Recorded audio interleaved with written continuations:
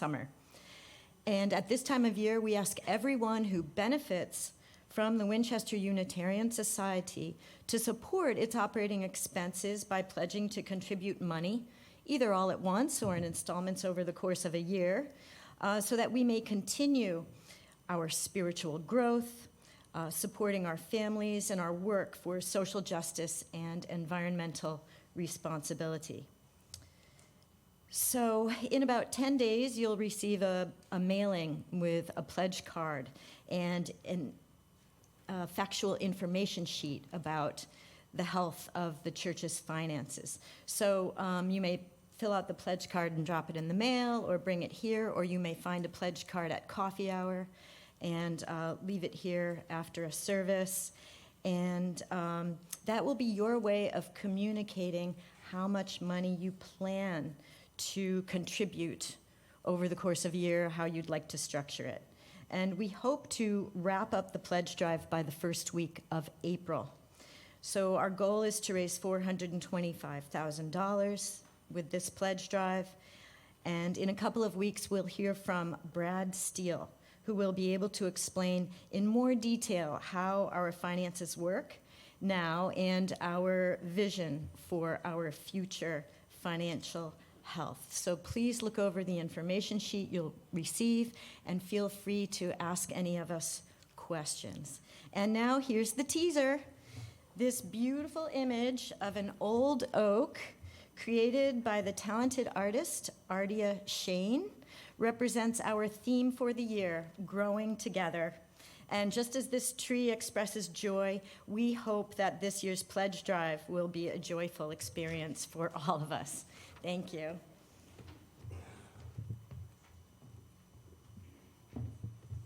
Good morning, I'm Donna Reed. And just a show of hands, how many people know what circle dinners are? All right, almost everybody. Okay, for those of you who don't know about circle dinners, it's a wonderful way to get to know people in the congregation. I'm not going to go into detail, but if you will take this sheet of paper out of your order of service, fold it, and put it in your pocket, and make sure you read it. These are the frequently asked questions, and if you already know you want to sign up, we're getting a little late start this year. There's a table in the Sims room, and I'll be sitting there during coffee hour. You can come sign up right away. And now, let us open our hearts and minds to the spirit of worship.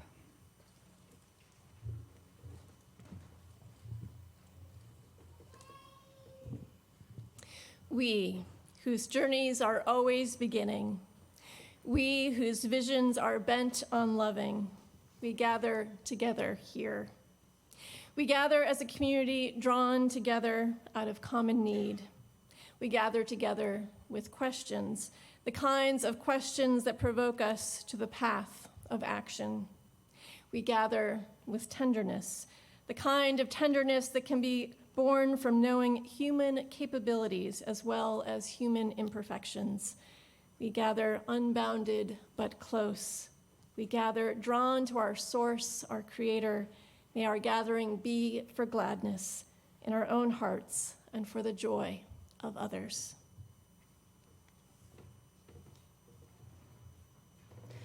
I now would like to invite Clark and Cam Somerville to come forward to light our chalice.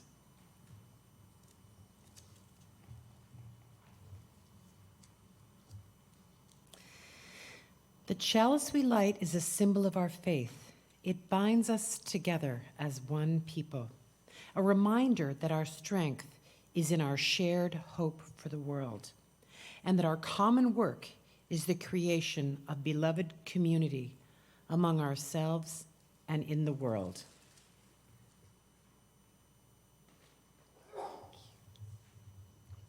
Rise in body, rise in spirit to join in singing a new hymn coming to us from our progressive Christian friends. For everyone born, a place at the table. You may find the hymn as an insert in your order of service or as a graphic on the live screen.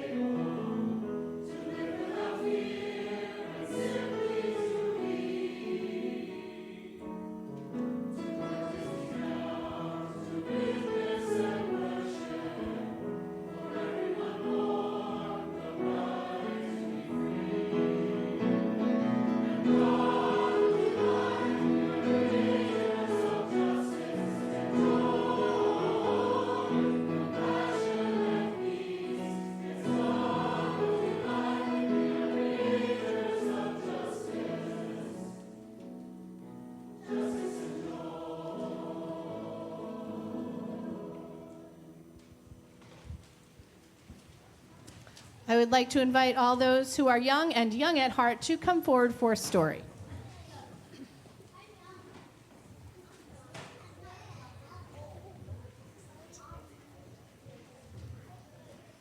Good morning, everybody. We have so many happy faces. I was away last week on vacation. Who else here was away? Oh, lots of people were away. So it's so glad to be back together again, isn't it? So you might have missed last week. It looks like a lot of you did. The first reflection when Reverend Heather talked about how easy it is to break one stick, but how it gets harder to break a bunch of sticks all together in a bundle. Have you ever noticed that? Did anybody here get to try to break the bundle? No? So some people see this bundle and they think it means that the strongest get to make the rules. But we think that it really is a symbol of how, when we are together, we are better and stronger. So we have visitors this morning from a group called Social Capital Incorporated. This group tries to be like the bundle of sticks. They try to gather lots of people together to help, rather than just one person, because the chance of success is a lot better with a lot more people, right? We were just saying that. So as humans, we're just better at getting things done when we are together. Sometimes, though, it can be hard. It can be hard to work together. Has anybody had that problem? Yeah, it's hard. Sometimes we look at another person and we see how they're different from us, and maybe that makes us a little nervous, a little shy. Have you ever felt that? Yeah, a little nervous? Yeah. Feeling shy or awkward can be hard. It can make you uncomfortable, right? I know grown-ups feel the same way. Right, grown-ups? Yeah, it can be hard, yeah. So maybe that feeling lessens as you get to know a person, right? You find out that maybe they like the same books or the same games, and you're like, oh, yeah, okay. You find out that this person is kind of like you in some way, right? But sometimes, though, if we're not careful, we can start to think that the person's differences are wrong or bad or even dangerous. We get afraid of the other part of that person, right? The part that doesn't feel like us. And if we don't find those things in common, we can even start to feel like maybe we're better than that person. Maybe we feel that way because it makes it easier for us to stop trying to get to know someone who seems so different. The truth is, though, that we all belong to one another. That's the real truth. You belong to your family and your parents and, okay, maybe even your siblings, right? But what I mean is that we all belong to one another. We all do. Every last one of us belongs to you. Every last one of us belongs to you. And every last one of them belongs to us and to you. And you belong to everyone else as well. When we start from a place where we believe everyone belongs, it's a lot easier to see each other for who we are, who each of us is. A human person deserving of love, help, and belonging. And when we gather together, when we belong to each other, not just in our heads and in our hearts, but in our actions, when we do together, right? We are stronger, we are better, and wiser than we are alone. Just like the bundle of sticks, nothing can break us. I invite the grown-ups to sing us to religious education. The words are in your order of service.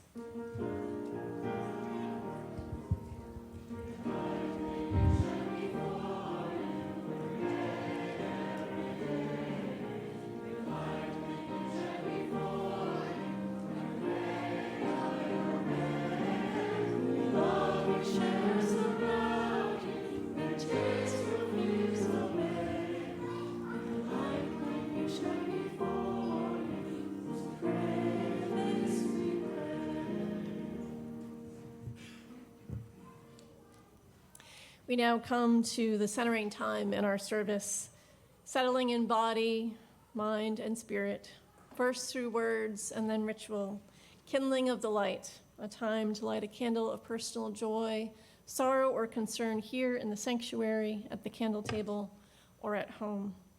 At that time, if you would like a candle brought to you here in the pews, please raise your hand. After we kindle the light, we'll be together in a time of shared silence, out of which we will sing hymn number 1048 in the Teal hymnal, Ubi Caritas. Let's begin with a prayer by Jessica Vasquez Torres. Please join me in the spirit of prayer or meditation.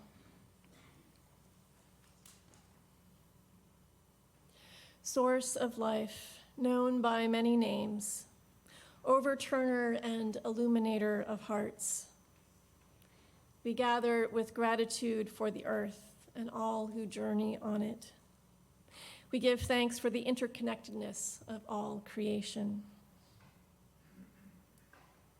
Source of wisdom, who is known by many names, the Prophet Muhammad asks, what actions are most excellent? To gladden the heart of a human being, to feed the hungry, to help the afflicted, to lighten the sorrow of the sorrowful, to remove the wrongs of the injured. Let us not forget. The psalmist asks, who is fit to hold power and worthy to act in God's place? Those with a passion for the truth who are horrified by injustice, who act with mercy to the poor and take up the cause of the helpless, who have let go of selfish concerns and see the whole creation as sacred. Let us not forget. Jesus, carpenter of Nazareth, asks, what is the greatest commandment? To love your Creator, to love your neighbor, to undermine oppressive powers with life-giving actions, to be in solidarity with all who suffer, to act for justice, and to teach others to act for justice. Let us not forget.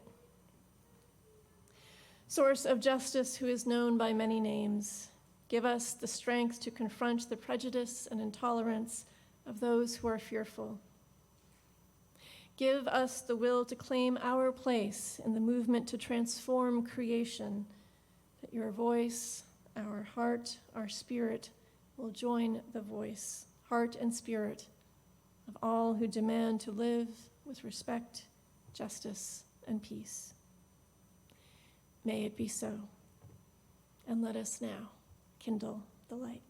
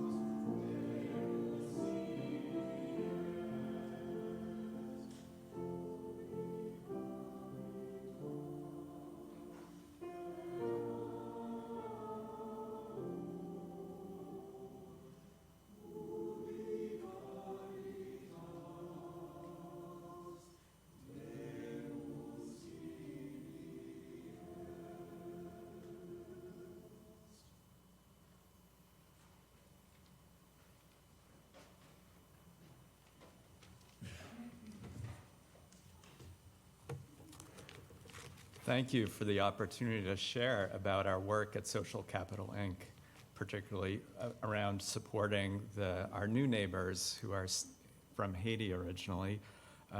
Before I get into that, I would like to share a little background about our nonprofit organization. It was a late January day, and the skies were darkening. We were getting ready for yet another big snowstorm. Now, this was back in the record-setting winter of 2015. You might recall that it does sometimes snow a lot around here. And remember, it was always every weekend it was going to snow. And I was on my way to a meeting with the director of the local senior center, and she started telling me about how there were dozens of seniors in the Woburn community that had not left for the last several snowstorms. They hadn't been able to get out of their house because they had no resources to get shoveled out and certainly couldn't do it themselves. And she even told me about this woman named Mrs. Jones who was well into her 80s and had had surgery recently, but still nonetheless was going out there when those big storms came to clear every couple hours to clear the vents from the snow. Now, there have been times past when it would have been more likely that a neighbor might have seen this and gone to help Mrs. Jones. But the trends in our country over the past several decades have been toward us not knowing our neighbor. The question, who is my neighbor, is not as much a philosophical question as a legitimate question of who is my neighbor. We tend not to know these days in our society. And it was to address this issue that we started SCI a little over 20 years ago. There's a book that I read around the time I moved back to Woburn, which is my hometown. Some of you might have read it. It's called Bowling Alone by Robert Putnam. And in there he really describes how the downward trend in almost every form of connecting with our community during the latter part of the 20th century. We're less likely to know our neighbors. We're less likely to vote, volunteer, join community organizations, and yes, also less likely, maybe not here, but in many churches, less likely to go to church. In fact, church attendance in the United States has dropped by about 50% over the last part of the 20th century, which sitting here in a church, we might be concerned about that for the spiritual implications, but also has big implications for our communities and our society, because about 50% of volunteer work and philanthropy in the United States happens through churches. So there's a connection there. People are volunteering and giving less. Part of it is because they're coming to places like this less often. So with these things in mind, we started SCI with the goal of creating a very intentional way of connecting with our neighbors and coming together across differences to address the problems that we face. And, we do this in part, Reverend Heather sent along for my perusal the principles of Unitarian Universalism, and it really struck me the 8th one about creating the beloved community, and I think that's really been part of what SCI is about. How do we, in a changing society and changing communities, how do we be intentional and create a place that we like to say at SCI, we want our communities to feel like we all have a stake in them and that we all have a place in them, regardless of whether we've been here for 3 generations or 3 weeks. So with that in mind, with that as our mission, it was only natural that when Judy from the Senior Center told me about the story of the seniors being shut in, that we would quickly try to do something about it. And so we rallied folks in our network to go out, and when that next storm hit, and the next one and the next one, we had volunteers organized by neighborhood to go and shovel out those seniors so they could get out to their medical appointments, get out to do their grocery shopping. And that is the kind of thing we do. And we're ready to do that if it does snow again this winter. We're not so sure. And, it is actually, to some extent, you might say, oh, shoveling for seniors, that's nice. But of course, if somebody's got an important medical appointment the next day, it's pretty important. Even that almost, gave us our training to, I think, be prepared when we started having large numbers of Haitian migrants starting to settle in the area. And so I think we were prepared based on this concept of how do we get people together and make a difference to step into that role. Before we get into more details about that work, I do just want to share a few other things we have going on that might be of interest. In addition to this piece of our work that's about mobilizing volunteers to help meet pressing needs, we also have a lot of youth engagement programming, helping develop young leaders that will make a difference in their community. One of those programs we actually run in partnership with a Winchester-based organization, the Network for Social Justice. We have a program called Leaders for an Equitable Tomorrow, and teens in that program work to address mental health issues. And in fact, the next program coming up is here in Winchester on March 25th. It'll be a program for both teens and their parents to talk about the stress and challenges of getting ready for a post-high school life and how to navigate that. Not so much how to get into that college, but how do you deal with the emotional impact of that, because that's really a stressful time for young people. As I know, I have an 18-year-old at home, so I feel that. We also have been organizing for the last 3 years a major Juneteenth celebration every year on the third Saturday in June in Woburn, and would love to see folks here participate. This year it's on June 15th. So really our work combines putting things on our calendar, community events like Juneteenth that bring people together, but then having a readiness to step up and come together when new issues arise. And needless to say, in the year 2020, we started having a lot of those when the pandemic hit. And so one of the things we did, right away we started coordinating weekly meetings of organizations and individuals throughout Woburn to do sort of mutual aid type stuff when the COVID pandemic hit. A little bit later, when the vaccine came out, we were able to get some CDC funding to do educational outreach to the immigrant community to educate them and help them make sure those folks have access to the vaccine, the COVID vaccines, as well as the flu vaccine. And it's that program, which was referenced in Vitali's title, the Vaccine Equity and Access Program, that really had us developing connections with the immigrant community that then really had us in position to get involved. The other reason we got really involved, we had the good fortune to hire a wonderful coordinator of that effort, Vitali, who is going to share more about the specifics of what's going on and what we're doing to support the Haitian migrant community here in the area.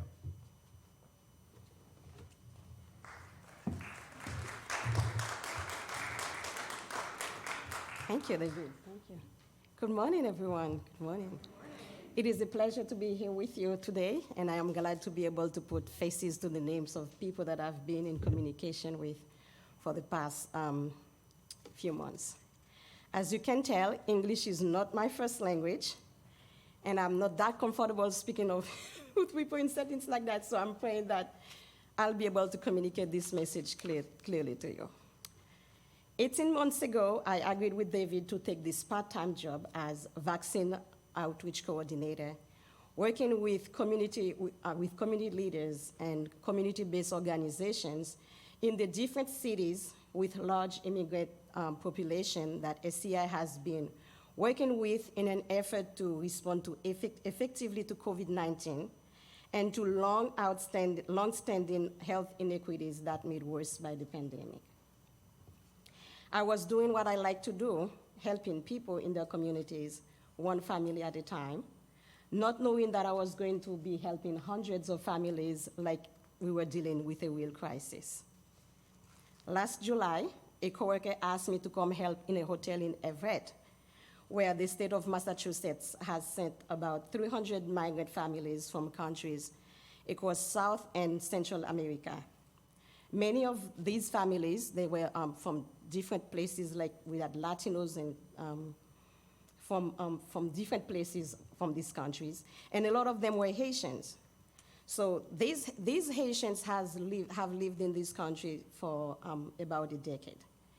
You might recall that Haiti, this beautiful country, got hit by 2 major earthquakes in the past 14 years, where lots of lives was taken and lots of devastation was done, on top of many natural disasters and political instabilities that have plagued this country for centuries.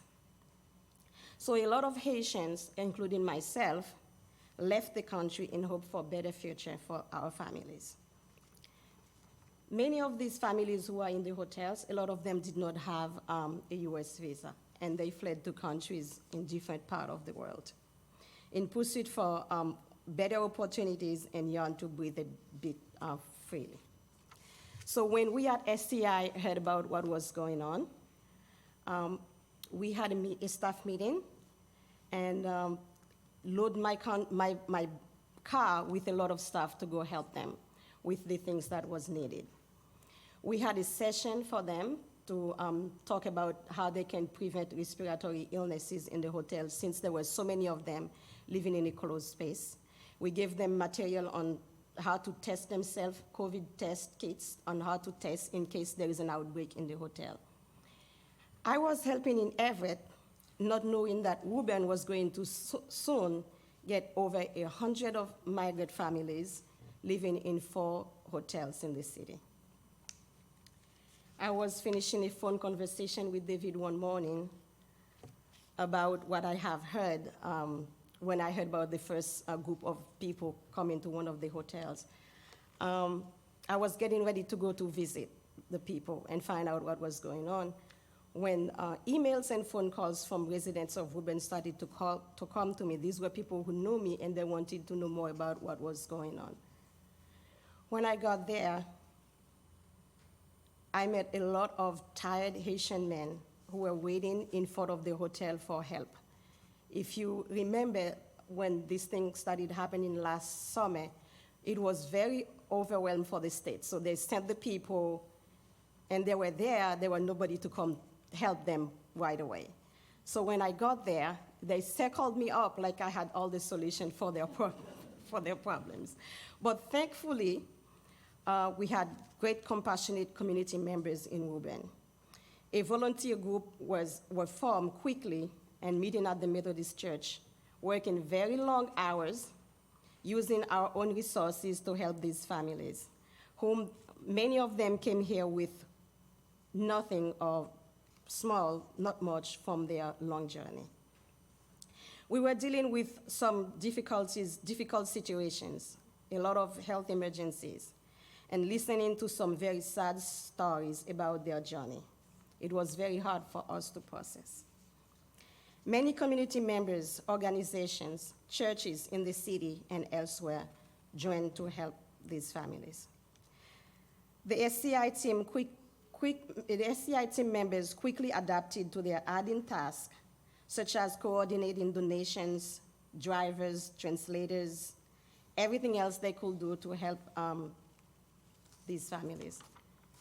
Reverend Heather and Fritzy here came to one of our meetings when we were trying to figure out how to deal with the different needs that arise, which your congregation has helped with many of them.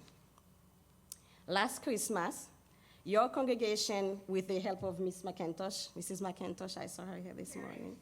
Yes, thank you.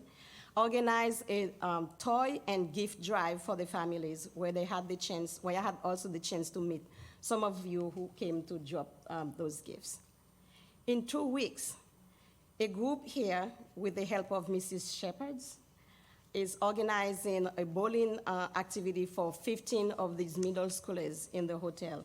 They do not have much of a social life, so this is going to be a very great activity for them. They are very excited about it. And I would like to thank everyone here who has been helping to make this activity possible. Your congregation is continuing to liberate love in the community and to these 100 families who have been living here. Though they are getting more familiar with their surroundings, many needs remain to be filled. Transportation has been an issue since they arrived here. We have been relying on volunteer drivers like Fritzy and many other of you to help transport them when we have an activity for them. I get calls from them every day asking me to help them find a job, and they do not speak English. This has been a very challenging thing since the YMCA, which offer English classes in the community, their waiting list is very long, and these people are waiting. So if you know anyone who can teach English and they have a place to do that, that will be a great help. We do not have a space at the hotels where they are staying to gather.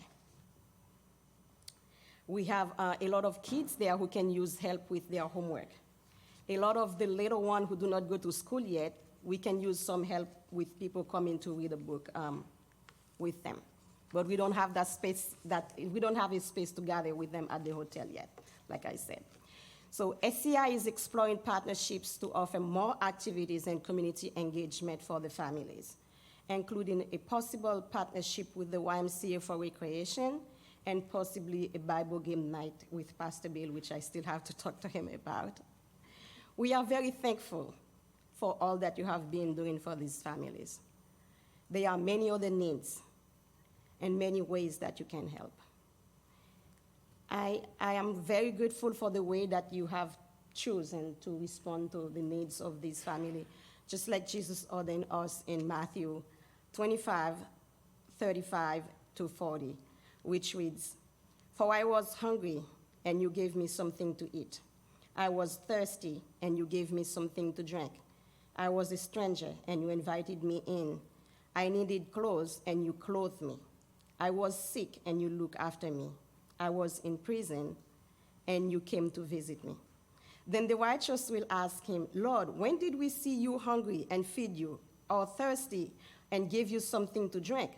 When did we see you as a stranger and invite you in, or needing clothes and clothe you? When did we see you sick or in prison or go to visit you?" The king will reply, "Truly I tell you, whatever you did for one of the least of those brothers and sisters of mine, you did for me."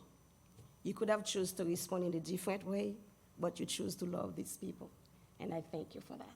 Thank you.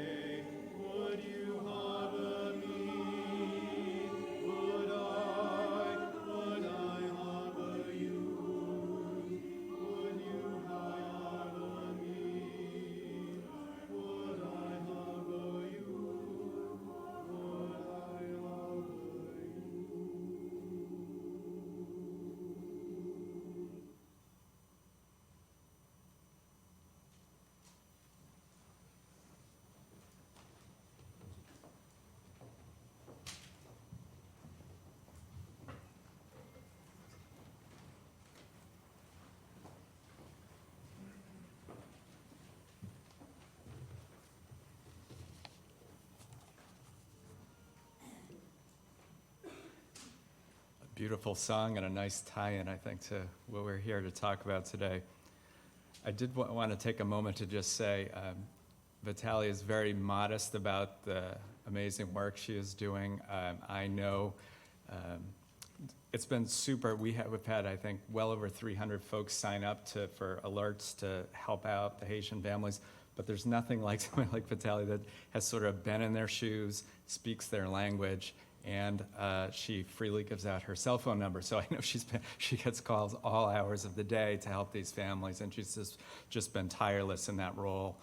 So I'm grateful for the work and service that she does for the community and those families, and appreciative of all the support that we have received, around her and around this effort.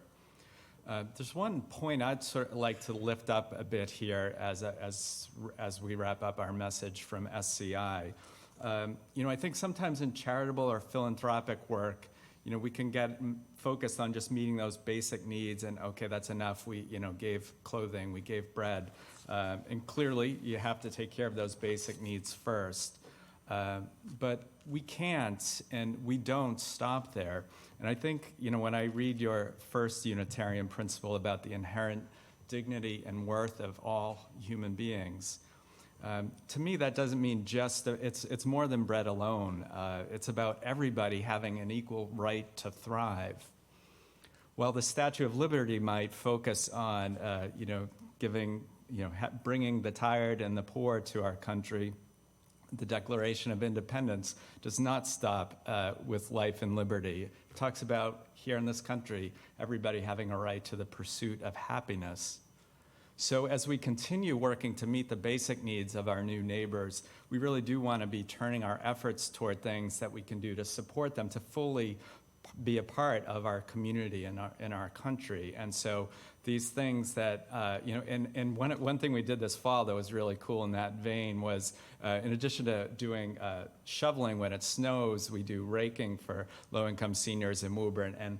And with a little recruitment from Vitaly, about 50 of the individuals from staying in the hotels came out. I don't know how much leaf raking they do in Haiti, but they picked it up really quickly. And it was such a wonderful metaphor just to see them raking alongside the other volunteers in the community. And I think that's really our vision, is how do we fully embrace, whether it's folks from Haiti or other walks of life, just sort of like the song said. So we think, so it's wonderful that the bowling outing coming up, I mentioned the book Bowling Alone, so it's great that you'll be bowling together with our new friends from Haiti. So we really appreciate stepping up and helping with things like that. There is information in the bulletin that directs, how if you want to stay in touch with ways you can help, what we're doing. We do, as new needs emerge, send out emails. And so you can check off. We have different things you can get information about, but be sure to check Woburn Unites as the list that we use that sends the alerts about how to help the Haitian families. So I really appreciate your interest in this topic and willingness to help. I'd like to close with a favorite quote of mine from Khalil Gibran.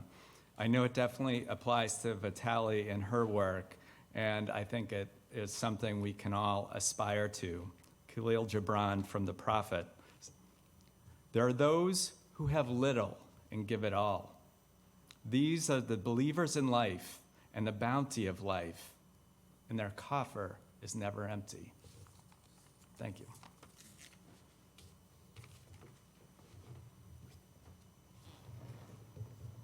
Thank you. Now comes the time in our service when we make an offering to support this self-supporting church and its many, many ministries. This is an important time to support this important community. In so many ways, we are building back our community after a very difficult period. Giving makes possible the many benefits that this wonderful community supports.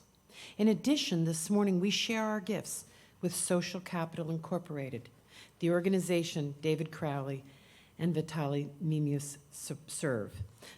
The mission of SCI is to strengthen communities by connecting diverse individuals and organizations through civic engagement initiatives. Here are the different ways you can donate. Those in the sanctuary may give cash, checks, or donate electronically. Text to the number in your order of service or visit our website under the Giving page. If you are visiting for the first time, either in person or online, you are our guest. In-person attendees can find a physical visitor card in the pew racks in front of you. Please complete it and put it in the collection plate. Information about how to give online and how to complete the virtual visitor card will soon be shared with live stream attendees. The offering will now be generously given and gratefully received.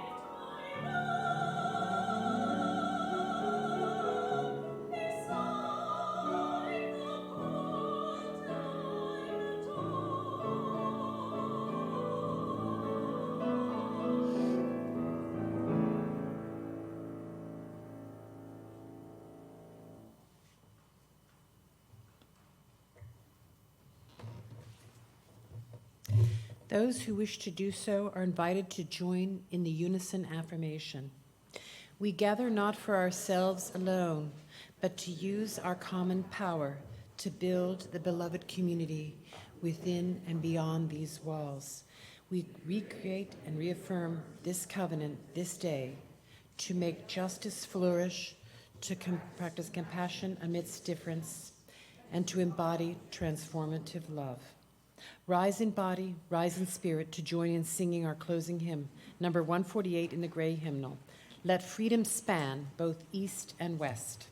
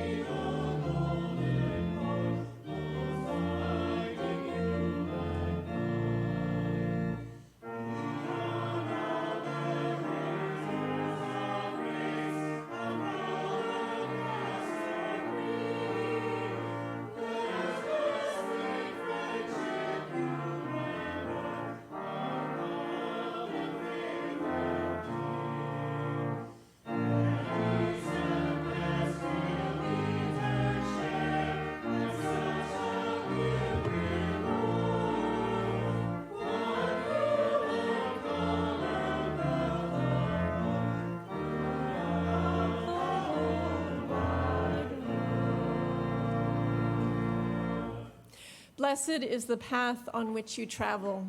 Blessed is the body that carries you upon it. Blessed is your heart that has heard the call. Blessed is your mind that discerns the way. Blessed is the gift that you will become on the journey. May you go forth in peace.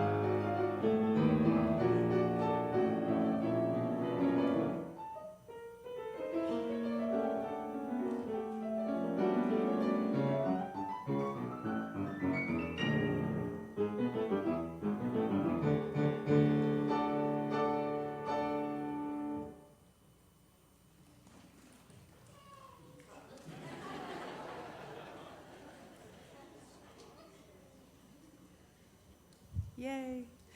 Please join me in reciting the words printed in your order of service for extinguishing the chalice. We extinguish this flame, but not the light of truth, the warmth of community, or the fire of commitment. These we carry in our hearts until we are together again. Our service has ended, but our life of service continues. Please join us in the Sims room to continue the conversation.